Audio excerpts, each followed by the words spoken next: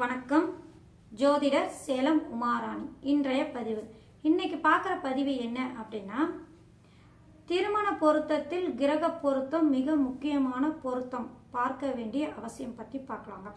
இப்போ நம்ம திருமண பொருத்தம் பார்க்குறோம் அப்படின்னா, பொண்ணுக்கு பையனுக்கோ திருமண பொருத்தம் பார்க்குறோம் இல்லைங்களா? திருமண பொருத்தம் பார்க்கும்போது அவங்களுக்கு நம்ம எல்லா வரிசையாக என்ன பார்ப்போம், அவங்களுடைய நட்சத்திர பொருத்தம் பார்ப்போம். 10 பொருத்தம் இருக்கா, 10 பொருத்தத்தில் மிக முக்கியமாக 5-6 பொருத்தங்கள் இருக்கும்போது பொண்ணு பொருத்தம் இருக்குது அப்படின்னு நம்ம எடுத்துக்கோம் இல்லைங்களா? அடுத்தது தோஷம் இருக்கா, 2 பேருக்குமே என்ன மாதிரி தோஷம் இருக்குது, நாக தோஷம் இருக்கா, செவ்வாய் தோஷம் இருக்கா, இந்த மாதிரி பார்ப்போம் இல்லைங்களா? இந்த மாதிரி தோஷம் அமைப்பை பார்த்துட்டு அதுக்கப்புறம் திசாசந்தி வருதா, இதெல்லாம் பார்த்துட்டு எல்லாம் ஓரளவு நல்ல அமைப்பில் இருக்குது, திருமணம் செய்யலாம் அப்படின்னு நம்ம முடிவெடுக்கிறோம் இல்லைங்களா? அந்த பார்க்கக்கூடிய அமைப்பில் இன்னொரு விதமான அமைப்பும் இந்த கிரக பொருத்தம்னு ஒன்று இருக்குங்க. இந்த கிரக பொருத்தம் மிக முக்கியமாக அவங்களுக்கு கவனிக்க வேண்டிய கிரக பொருத்தமாகும். இந்த கிரக பொருத்தங்கள் ஒருவருக்கொருவர் பொருந்தி நல்ல அமைப்பில் இருக்கும்போது அவங்களுக்கு ஏற்கனவே நாம் பொருத்தம் பார்த்துருங்களா, நட்சத்திர பொருத்தம், அவங்களுடைய என்ன தோஷமோ அந்த தோஷத்துக்கு உண்டான அமைப்பை இது எல்லாமே பார்த்துருக்கோம். அப்படிங்கிற அமைப்பில் இந்த கிரக பொருத்தமும் நல்லா இருக்கும்போது அவங்களுக்கு திருமண வாழ்க்கை நல்லபடியாக அமைந்து நல்லபடியாக இருக்கக்கூடிய வாய்ப்பு உண்டுங்க. ஆனால் ஒரு சில அமைப்பில் பாருங்கள், அவங்களுக்கு இந்த மாதிரி எல்லா பொருத்தமும் நம்ம பார்த்தோம், அந்த கிரகத்தை நம்ம கவனிக்காமல் விட்டு அந்த கிரகம் கூட தரக்கூடிய பிரச்சனைகள் இருக்குது பார்த்தீங்களா? நான் ஒரு சில ஜாதகங்கள் என்னுடைய அனுபவத்தில் நான் பார்த்துருக்கேன். அதாவது என்ன அப்படின்னா, இந்த கிரகங்கள் தரக்கூடிய பிரச்சனைகள், சங்கடங்கள், பிரிவினை வரைக்கும் போகக்கூடிய அமைப்பு, நிம்மதி இல்லாத சூழ்நிலை தரக்கூடிய அமைப்பு, அவங்களுக்கு ஒன்றா இருக்கவே வேண்டாம், பிரிஞ்சிடலாம், அந்த எல்லைக்கு வரைக்கும் போகக்கூடிய அமைப்பெல்லாம் சில ஜாதகங்கள்லாம் நம்ம பார்த்துருக்கோம். அவங்களுடைய ஜாதகங்களுக்கு பாருங்க, தோஷத்துக்கு தோஷம், அவங்களுக்கு எல்லாமே நல்ல அமைப்பில் நட்சத்திர பொருத்தம் எல்லாமே நல்ல அமைப்பில் இருக்குது, திசாசந்திலாம் வருது, இது எல்லாமே நம்ம செக் பண்ணி பார்த்தோம், நல்ல அமைப்பில் எல்லாமே கரெக்டாக இருக்குது. இருந்தும் அவங்களுக்கு திருமணத்துக்கு பிறகு இந்த சம்மந்தப்பட்ட கிரகத்துக்கூடிய நான் சொல்ல வரக்கூடிய கிரக அமைப்பு இருக்கும்போது அவங்களுக்கு அந்த திசை திருமணத்துக்கு பிறகு நடக்குது அப்படின்னா அது மூலயமா அவங்களுக்கு இந்த மாதிரி பிரச்சனைகள்லாம் வரக்கூடிய அமைப்பெல்லாம் வந்துடுறாங்க. சரி, இப்போ கிரக பொருத்தம் எப்படி பார்க்கணும், எந்த மாதிரி அமைப்பில் இருவருக்குமே திருமண பொருத்தத்தில் கிரக பொருத்தம் எப்படி பார்க்கணும் அப்படிங்கிற அமைப்பை நான் போய் சொல்லிட்டு வரேன். இப்போ கிரக பொருத்தம் அப்படின்னு எடுத்துக்கிட்டா, இப்போ ஆணுக்கும் பெண்ணுக்கும் திருமணம் பொருத்தம் நம்ம இப்போ பார்க்க மாதிரியே பார்த்துட்டு அவங்களுடைய ஜாதகத்தில் பாருங்கள். இப்போ உதாரணத்துக்கு ஆணினுடைய ஜாதகத்துக்கு சொல்கிறேன். இப்போ ஆணினுடைய ஜாதகத்துக்கு அந்த லக்னத்துக்கு பாருங்கள், 1, 2, 5, 7, 9ஆம் அதிபதிகள் ஆணினுடைய ஜாதகத்துக்கு இந்த நான் சொன்னேன் இல்லைங்களா, இந்த அதிபதிகள் பெண்ணினுடைய ஜாதகத்தில் எந்த மாதிரி இருக்குன்னு பாருங்கள். அதாவது பெண்ணினுடைய லக்னத்துக்கு மறையாமலும், அடுத்தது வக்ரம், நீச்சம், பாவ கிரகங்களுடைய சேர்க்கையோ இந்த மாதிரி பாதிக்கப்படாமல் ஆணினுடைய இந்த அதிபதிகள், லக்னத்துக்கு அதிபதிகள் பெண்ணினுடைய லக்னத்துக்கு பாதிக்கப்படாமல் ஓரளவு நல்ல அமைப்பில் இருக்கான்னு பாருங்கள். அந்த லக்னத்துக்கு மறையாமல் நீச்சமாகவோ வக்கரமாகவோ ராகு கேதுவுடைய சம்பந்தமோ லக்ன பாவர்களுடைய சம்பந்தமோ இந்த மாதிரிலாம் பெறாமல் நல்ல அமைப்பில் இருக்கான்னு பாருங்கள். அந்த மாதிரி இருந்தால் அது நல்ல அமைப்பு உண்டு அப்படின்னு நம்ம எடுத்துக்கலாம். மெயினாக கவனிக்க வேண்டிய அமைப்பு அவங்களுடைய ஆணினுடைய ஜாதகத்தை வச்சு இப்போ நான் சொன்னேங்க. ஆணினுடைய ஜாதகத்துக்கு இப்போ நம்ம கட்ட பொருத்தம் பார்க்கணும் அப்படின்னு எடுத்துக்கிட்டா, ஆணினுடைய ஜாதகத்துக்கு 1, 2, 5, 7, 9ஆம் அதிபதிகள், அந்த அதிபதிகளான கிரகங்கள் பெண்ணினுடைய ஜாதகத்துக்கு நான் இப்போ பாதிக்கப்படாமல் அமைப்பு சொன்னேன் இல்லைங்களா? இந்த மாதிரி இருக்கக்கூடிய அமைப்பில் அவங்களுக்கு இவங்க சம்மந்தப்பட்ட திசை திருமணத்துக்கு பிறகு வந்தாலும் அந்த ஆணுக்கு வந்தாலும் திருமண காலம் அவங்களுக்கு நல்லபடியாக போகக்கூடிய அமைப்பு உண்டு. அதுவே அந்த பெண்ணுக்கு 6, 8, 12ஆம் இடத்துல மறைஞ்சிருப்பது, நீச்சம் வக்கரம் பெற்றிருப்பது, ராகு கேதுகளோட வக்கரம் ஆகாமல் சேர்ந்திருப்பது, அல்லது அந்த லக்ன பாவர்களுடைய சம்பந்தம் பெறுவது, அல்லது அந்த லக்னத்துக்கு பகை கிரகமாக வரக்கூடிய இந்த மாதிரிலாம் இருக்குது அப்படின்னா, திருமணத்துக்கு பிறகு அந்த ஆணுக்கு இந்த திசை நடக்குது அப்படின்னா அந்த ஆணுக்கு நல்ல அமைப்பில் தாங்க இருக்கும். தொழில வளர்ச்சி, நல்ல அமைப்பு எல்லாமே ஓரளவு இருக்கும். இருந்தாலும் அந்த பெண்ணுக்கு உண்டான அமைப்பு என்னன்னா, இந்த லக்னத்துக்கு இந்த மாதிரி கிரக அமைப்பு இருக்கிறதுனால இந்த ஆணுக்கு இந்த திசை நடக்கும் காலகட்டங்களில் அதோட பாதிப்பு அந்த மனைவியுடைய ஜாதகத்தில் அப்படியே அது தெரியக்கூடிய அமைப்பு, அந்த கிரகங்கள் அந்த பாதிப்பு அந்த கொடுக்கக்கூடிய அமைப்பு அந்த திருமண பொருத்தங்களில் நான் பார்க்கக்கூடிய அமைப்பில் பார்த்துருக்கேன். சரிங்களா, இந்த மாதிரி அமைப்பில் வந்துடுது. சரிங்களா, அடுத்த இன்னொரு அமைப்பு என்ன அப்படின்னா, இப்போ பெண்ணுடைய ஜாதகத்தை வச்சு உதாரணம் சொன்னேன். இப்போ நான் ஆணுக்கு சொன்னேன் இல்லைங்களா, அது பெண்ணு ஜாதகத்தும் பொருந்தும். சரிங்களா, இப்போ அடுத்த அமைப்பு அப்படின்னு எடுத்துக்கிட்டான்னா, இப்போ பெண்ணினுடைய ஜாதகத்துக்கு உதாரணத்துக்கு எடுத்துக்கிட்டான்னா, பெண்ணினுடைய ஜாதகத்துக்கு பாருங்க, அந்த லக்னத்துக்கு 6, 8, 12ஆம் அதிபதிகள் மறைவு ஸ்தானாதிபதிகள். அந்த மறைவு ஸ்தானாதிபதிகள் ஆணினுடைய ஜாதகத்துக்கு வலுப்பெற்று ஆட்சியாகவோ உச்சமாகவோ நல்ல ஸ்தானங்கள்ல பலம் பெற்று உட்கார்ந்திருந்து அந்த அமைப்பு, அந்த கிரகங்கள் அந்த ஆணினுடைய ஜாதகத்துக்கு திருகோணாதிபதிகள், யோகாதிபதிகள், பாகியாதிபதிகள் எந்த மாதிரி அமைப்புல யோக கிரகமாகவே இருந்தாலும் சரி, பெண்ணுக்கு அவர் 6, 8, 12ஆம் அதிபதியாக வரக்கூடிய அமைப்புல பெண்ணினுடைய 6, 8, 12ஆம் அதிபதிகள் ஆணினுடைய ஜாதகத்துக்கு பலம் பெற்று திருமணத்துக்கு பிறகு திசை நடந்தாலும் இதுவும் பாதிப்பு தரக்கூடிய அமைப்பாகுங்க. சண்டை சச்சரவு பிரச்சனைகள் இந்த மாதிரி அமைப்பெல்லாம் கொடுக்கக்கூடிய அமைப்பு. அதுவே அந்த 6, 8, 12ஆம் அதிபதிகள் அந்த லக்னத்துக்கு நட்பாகவோ, அதாவது அந்த பெண்ணினுடைய ஜாதகத்துக்கு 6ஆம் அதிபதி, 8ஆம் அதிபதி, 12ஆம் அதிபதிகள் அந்த பெண்ணுக்கு நட்பு, அந்த லக்னத்துக்கு நட்பு கிரகமாக வரும்போது, இப்போ உதாரணத்துக்கு 8ஆம் அதிபதியை வச்சு சொல்றேன். இப்போ மேஷ லக்னமாக பெண் பிறந்திருக்கும் போது மேஷ லக்னத்துக்கு 8ஆம் இடம் யாராக வரும்? அந்த செவ்வாயாகவே வராரு, லக்னாதிபதியாக வரக்கூடிய அமைப்பு இல்லைங்களா. 8ஆம் இடம் விருச்சகமாக வரக்கூடிய அமைப்பு. அந்த செவ்வாய் ஆணினுடைய ஜாதகத்துக்கு பலம் பெற்று இருந்தாலும் இது பாதிப்பு அளவாக தராதுங்க. சரிங்களா, இந்த உதாரணத்துக்கு எடுத்துக்கோங்க. அதே மாதிரி துலா லக்னம் பெண்ணாக வரும்போது 8ஆம் இடத்து அதிபதி யாராக வராங்க? அந்த சுக்கிரனே வராரு. அப்படிங்கிறதுனால இந்த மாதிரி சில லக்னங்களுக்கு விதி விலக்கெல்லாம் வந்துடும். சரிங்களா, அதையும் நாம் கவனிச்சு தான் பலன் எடுக்கணும். பொதுவாக 6, 8ஆம் அதிபதிகள் அங்கே பழுத்து இருக்கு, இங்கே இருக்கு, பிரச்சனை வரலையே அல்லது தருதே, இதெல்லாம் கவனிக்கக்கூடாது. கவனிக்கும் போது அந்த லக்னத்துக்கு 6, 8 அதிபதியாக வந்தாலும் அந்த ஆணினுடைய ஜாதகத்துக்கு வலுப்பெற்று இருந்தாலும் இந்த பெண்ணினுடைய ஜாதகத்துக்கு அவர் பகை கிரகமாக இருக்காரா, எந்த மாதிரி சூழ்நிலையில் இருக்காரா, அதையும் கவனிச்சே நம்ம பலனை நிர்ணயம் பண்ணணும். சரிங்களா, இந்த மாதிரி தான் பலன் நிர்ணயம் பண்ணணும். சரிங்களா, அதே போல் அந்த ஆணினுடைய ஜாதகத்துக்கும் லக்னத்துக்கு 6, 8, 12ஆம் அதிபதிகள் பெண்ணினுடைய ஜாதகத்துக்கு லக்னத்துக்கு பலம் பெற்று ஏதாவது உட்கார்ந்து இருந்து அந்த பெண்ணுக்கு திருமணத்துக்கு பிறகு அந்த திசை நடந்தாலும் அது சில பாதிப்பு கொடுக்கக்கூடிய வாய்ப்பு உண்டுங்க. இப்போ நான் சொன்னேன் இல்லைங்களா, இந்த மாதிரி அது பெண்ணுக்கும் பொருந்தும் ஆணுக்கும் பொருந்துங்க. இப்போ கட்ட பொருத்தம் நாம் பார்க்கும்போது மெயினாக கவனிக்க வேண்டியது குடும்பஸ்தானாதிபதிகள் ஒருவருக்கொருவர் மறையக்கூடாது மெயினாக. ஏன்னா குடும்பாதிபதி, இப்போ ஆணினுடைய ஜாதகத்துக்கு குடும்பாதிபதியான 2ஆம் இடத்து அதிபதி பெண்ணினுடைய ஜாதகத்துக்கு மறைவு ஸ்தானத்துக்கும் போகக்கூடாது. சரிங்களா, 6, 8, 12ஆம் இடத்துல நீச்சமாகவோ வக்கரமாகவோ பாதிக்கப்பட்ட இருக்கக்கூடிய நிலையில வரக்கூடாது.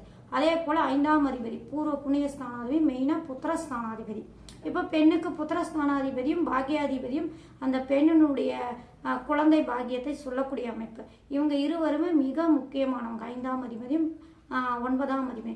அது ஆணுக்கு 6, 8, 12ஆகவோ நீச்சமாகவோ இருந்து திருமணத்துக்கு பிறகு அந்த திசை நடக்குதுன்னா அவங்க புத்திர பாக்கியம் எதிர்பார்க்கணும், அது கொஞ்சம் தள்ளி போகக்கூடிய அமைப்பு. வைத்திய செலவு கொடுக்கக்கூடிய அமைப்பு. கொஞ்சம் அந்த கால சூழ்நிலை அனுசரிச்சு தான் கொஞ்சம் தாமதப்பட்டு அவங்களுக்கு புத்திர பாக்கியம் கிடைக்கக்கூடிய அமைப்பெல்லாம் வரக்கூடிய அமைப்பெல்லாம் உண்டுங்க. சரிங்களா, இப்போ நம்ம கட்ட பொருத்தம் பார்க்குறோம் அப்படின்னா மெயினாக இந்த கிரகத்தை நம்ம எப்படி நம்ம கவனிக்கிறோம், தோஷத்துக்கு தோஷம் நம்ம கவனிக்கிறோம் இல்லைங்களா, ராகதோஷம், செவ்வாதோஷம்.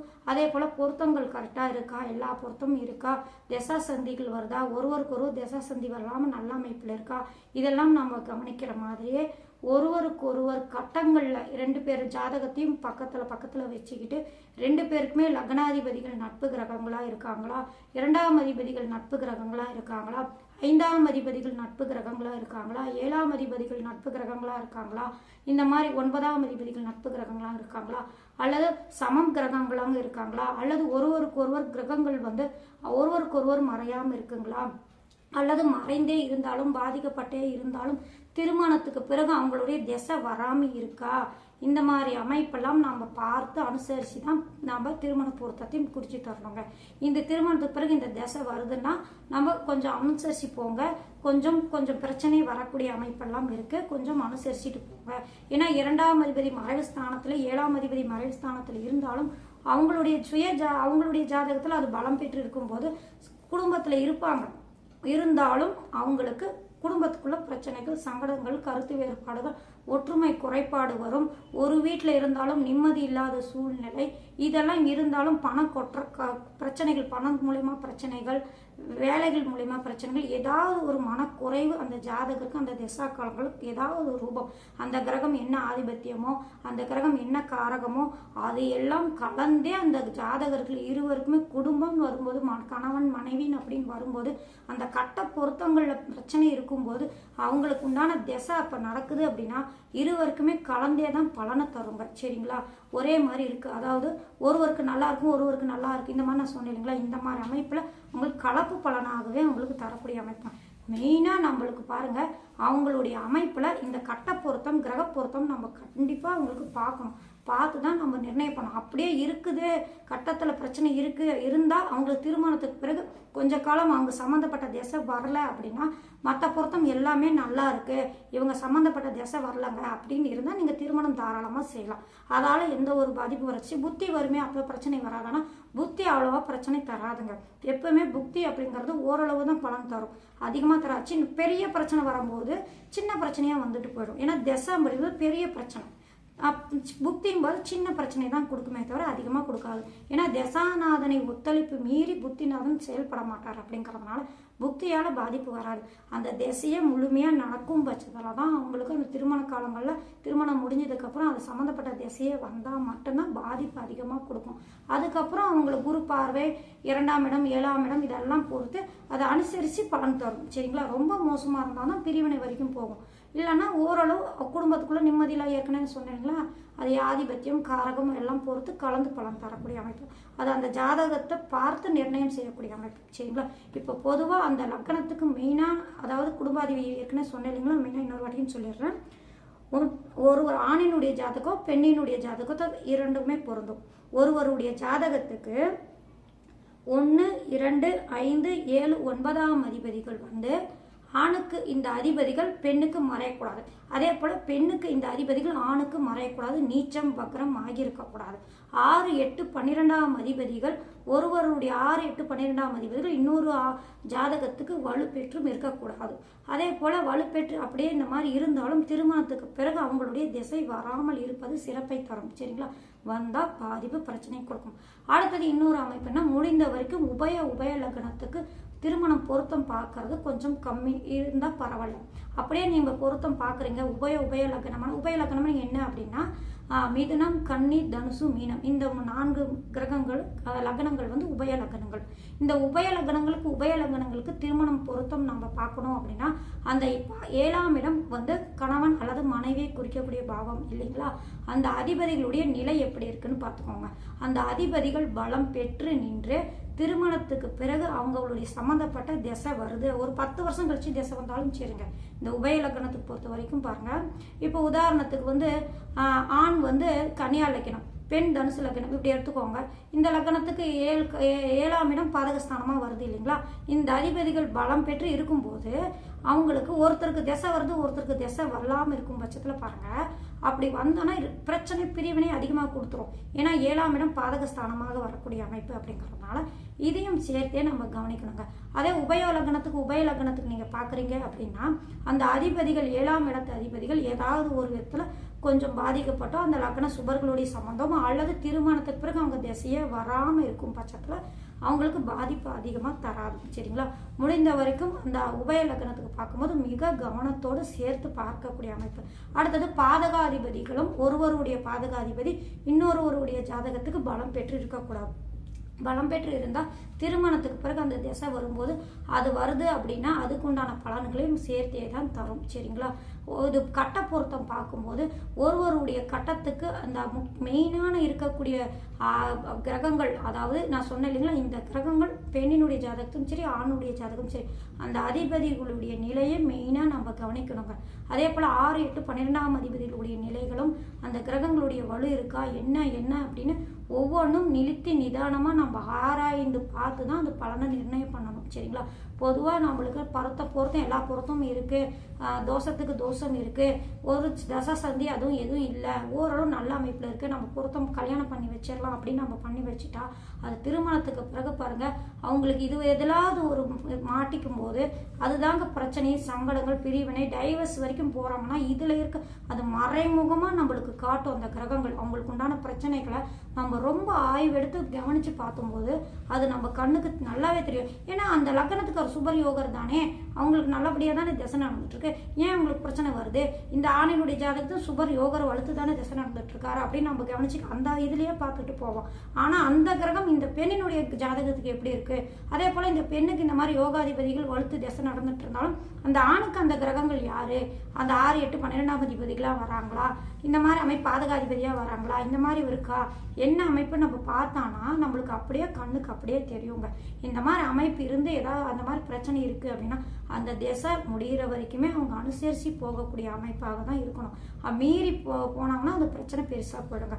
அதுவே அந்த 2ஆம் இடம், அந்த 7ஆம் இடம், இந்த மாதிரி அமைப்பில் ஒரு சுபர்களுடைய பார்வை இந்த மாதிரி ஏற்பட்டால், குருவின் பார்வை, அந்த லக்னவுடைய சுபர்கள் பார்வை ஏற்பட்டால் ஒரே வீட்டில் இருப்பாங்க. அந்த திசை முடிகிற வரைக்கும் ஒத்துமை குறைபாடுகள், சங்கடங்கள், சண்டை சச்சரவு போட்டுக்கிட்டே பிள்ளைங்களுக்காக நாங்கள் பிழைக்கிறோம், கணவன் மனைவியாக நாங்கள் இல்லை, ஊருக்கு தான் கணவன் மனைவியாக இருக்கோம், பிள்ளைங்க இருக்காங்க, அவங்களுடைய எதிர்காலத்துக்காக நாங்கள் ஒரு வீட்டில் இருக்கோம், ஒருத்தருக்கு ஒருத்தர் பேசியே 10 வருஷம் ஆச்சு, பிள்ளைங்க தான் பேசிக்கிறாங்க, ஒருத்தருக்கு ஒருத்தர் அவங்க தான் பேசிக்கிறாங்க, நாம் அப்படி இல்லை, கணவன் மனைவியே இல்லை அப்படின்லாம் சொல்கிறாங்களே ஒரு சில அமைப்புலாம்.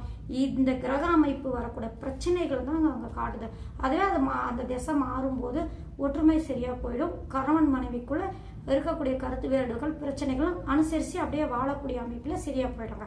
ஆனால் நான் இப்போ சொன்னக்கூடிய இந்த கிரக பொருத்தத்தை மெயினாக நம்ம கவனிக்கக்கூடிய அமைப்பே இந்த திருமணத்துக்கு கிரக பொருத்தம் கவனிச்சே நம்ம பொருத்தம் சேர்க்கக்கூடிய அமைப்பாகும். நன்றி, வணக்கம்.